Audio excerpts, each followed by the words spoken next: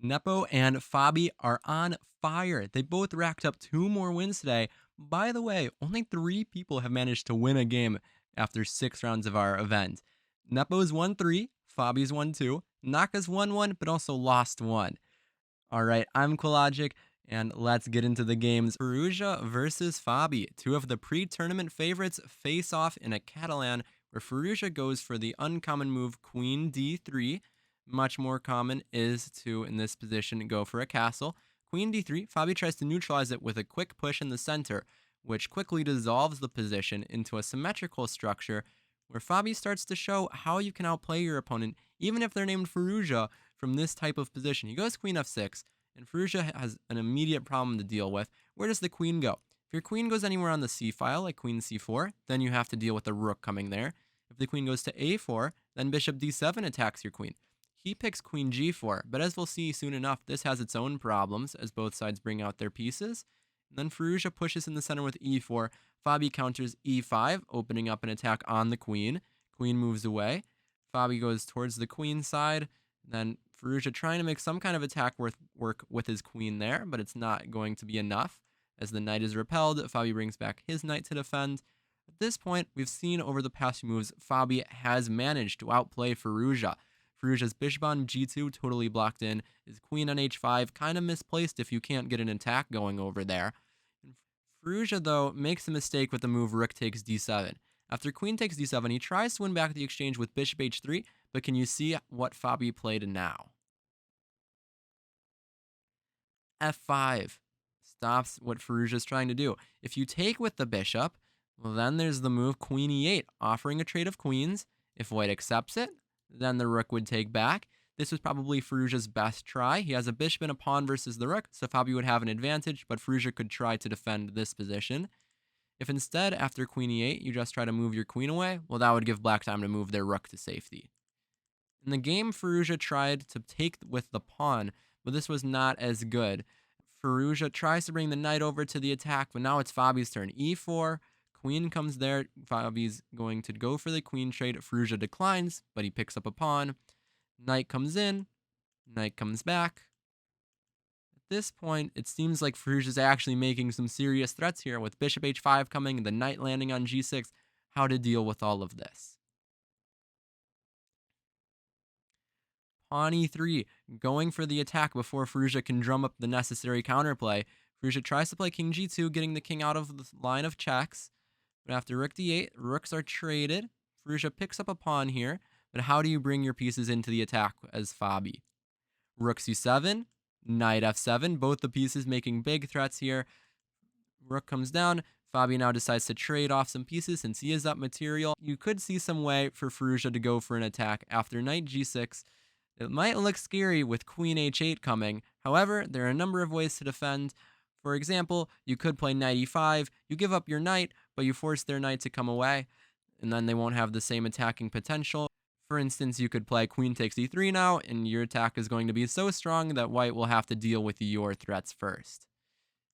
Instead of that, Firouzja tries to just take the knight off of the board, but this is going to give Fabi again enough time to defend. Now there's some rook checks in the air, but he brings the queen back to defend to keep it simple.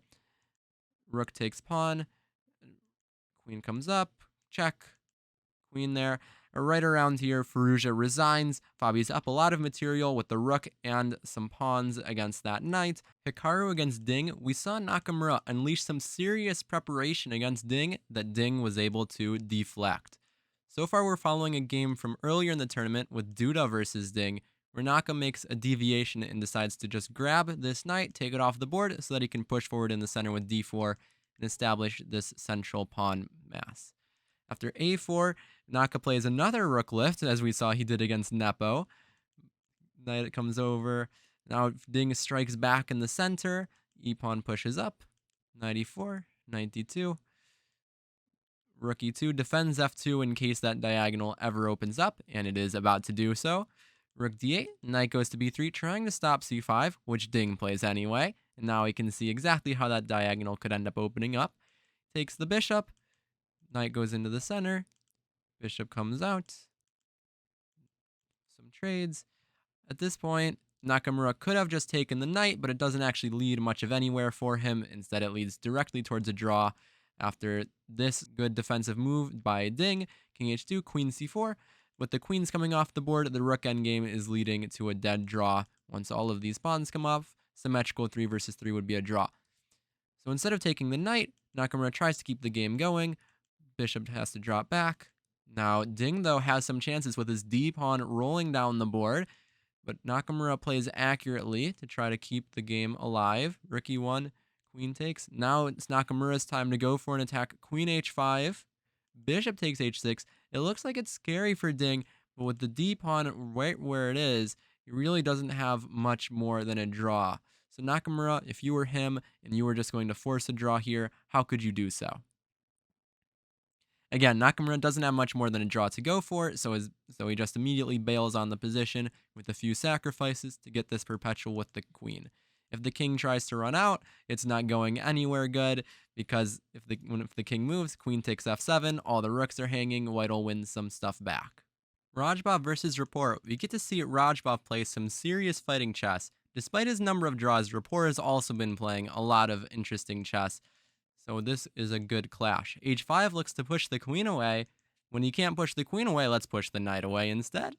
Now it's Radjabov's turn to push a knight away, but Rapport at least gets to jump forward. Queen's got to move, defend, attack. King moves away. Radjabov gives up on his right to castle. After f5, en passant, knight takes back, check. It is again Rapport giving away his right to castle. Rapport has notably castled very few times in this tournament. Very interesting. After rook f8, we see some more wildness happening on this board until we finally get a queen trade, and you would think things start to settle down. They do not. Rook comes to the open file, rook b8, grabs this pawn. I'd like you to think of the move for Rapport. You could just move your rook away somewhere, put the rook back on b4, and if knight takes, you can take back, where Radjabov could be happy that he's gotten rid of this very strong bishop on d6. So instead of that, Rapport plays much more aggressively and creatively with the move bishop b4 check. And he just trapped in his own rook. Did he mean to do that? The rook can't go anywhere. You just blocked it in that way. All of these squares are covered by white's bishops. So what does he do? He gives up that rook, knight g4. And if you took the rook, then rook takes f2, comes on the board. You win the knight back. White is up in exchange, but black has good compensation with the strong bishop, the fact that white's king could be in some trouble, and also this rook on h1 is pretty closed off for the near future. Instead of that, Radjabov does not take the rook, but plays f3 first, allowing Rapport to give a check with the rook, then bring the bishop back, lining up some discoveries. Radjabov grabs this knight. Rook comes back, takes the knight, takes here, takes the bishop. Rapport is up 2 pawns, but his problem is that he's extremely weak on the dark squares. This bishop is really bad, totally blocked in, and this bishop is really strong and will put Rapport's king in some danger. Gives a check, brings the other rook out. Bishop can go there, but it's not doing much. If their bishop attacks the rook goes there. Check, king comes back. Bishop e5. Now what would you do with black? This is where things are starting to get difficult for black. Rapport should have gone with the move rook f8. He needs to keep control of the f-file, and we'll see exactly why in the game. Instead of that, he plays rook g4, which is a bit of a mistake. And after rook f1, Radjabov now seizes control of this all-important f-file. Here, Rapport makes a big blunder. Can you do better than him? Rapport needed to play c5. This bishop desperately needs some room to breathe. Instead of that, Rapport grabs this h-pawn, but this was too greedy. King g1 brings the rook back. Now Radjabov made a huge mistake here. He has 5 minutes. They have to just make a couple more moves until they get more time added on their clock. Instead of thinking for what the right move could be, he immediately plays this move rook f7, which leads to a draw. After that comes off, with the doubled rooks on the 7th, we can see a repetition, with the game being drawn. Going back, he had a serious chance to win here. The move bishop h2, there was no reason the bishop needed to be dropped. You could have just moved the bishop back, and now the rook's ready to come down on the f-file. This would have been a huge advantage for Radjabov, a big missed opportunity for him, while Rapport can breathe a sigh of relief. Nepomniachtchi deviates from his most common starting move and instead goes with knight f3. Duda was probably surprised quite quickly by this King's Indian attack setup from Nepo. Soon enough, though, Duda does find himself in some trouble, where now Nepo starts to gain some space in the center and is able to plop his knight on this strong square. Duda trades it off. This pawn on e5 is going to be a huge thorn in Duda's position. Nepo trades off Black's strong knight. All of a sudden, no knights left after 12 moves. Attacks the bishop, defends. King h2. After castle, come up with a plan for white. He sees that he has this huge pawn mass on the king side, and he's just ready to launch them towards Duda's king. This game is about to be a steamroll. Look at this. h6 trying to give the bishop some room to breathe. How can you bring more pieces towards the king side? One way that Nepo went for it was queen e1 to bring the queen over to g3 and keep going with your pawn storm. h4, this is just ridiculous play by Nepo. Pushes all the pawns in front of his own king, and Duda is going to get rolled over like a pancake. He tries to bring the rook to the center, but after g5, just look at those pawns. Look at those pawns. Trades some of them off, and then f5, this is the beginning of the end for Duda. Grabs a pawn. And maybe Nepo didn't find the most accurate way to take advantage of this position, but nevertheless, Duda was unable to defend against all of the threats. Pushes one pawn forward, plays g6. He could have maybe started by playing a move like rook b1 first to give him some extra options of taking this pawn when he wants to. But after g6, it's pretty much good enough because he is going to grab Duda's bishop. Take, king comes over. He maybe could have tried taking this pawn. He was clearly worried about exposing his own king and wanted to use the king on h8 so that the pawn would be left there as kind of a shield for his own king, but still he's in big trouble. Rook b1 comes now. Queen runs away. Take, take, take. What a tactic. Can you find a good move for white here? Rook takes f5, super strong. The queen cannot take you because the g7 pawn would hang with checkmate. Queen h6 check instead. Then Duda grabs a pawn. He does have 3 pawns for the piece, but Black's king is in a lot of danger here. Rook comes over to f7, immediately threatening checkmate. After d4, his idea is that this is not... Oh, that wasn't actually threatening checkmate. Rook f7. Looking for some kind of rook f8. Not checkmate yet because the king can take this pawn, but could be in the future. Check, block, pushes forward. Then how can you add more pressure to the black position?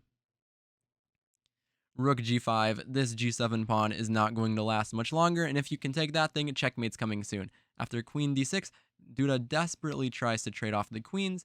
Nepo does not oblige. After queen comes there, rook to g3. The rook drops back, attacking the queen. Soon enough, there will be ideas. You can either take this pawn, you're looking for rook f8 check. You're still up a bishop, by the way, so Duda resigned. Out of 6 possible points, Nepo and Fabi have a serious lead with 4.5 and 4 points. It really is starting to feel like it's a 2-man show in this tournament. But there are still some people who have chances. Nakamura and Rapport, 3 points. Ding, Radjabov, Duda, 2.5 points. Firouzja, also 2 points. Thanks for watching. Make sure to like, share, and subscribe. There's been a lot of interesting games so far. Let me know in the comments who you've enjoyed watching the most.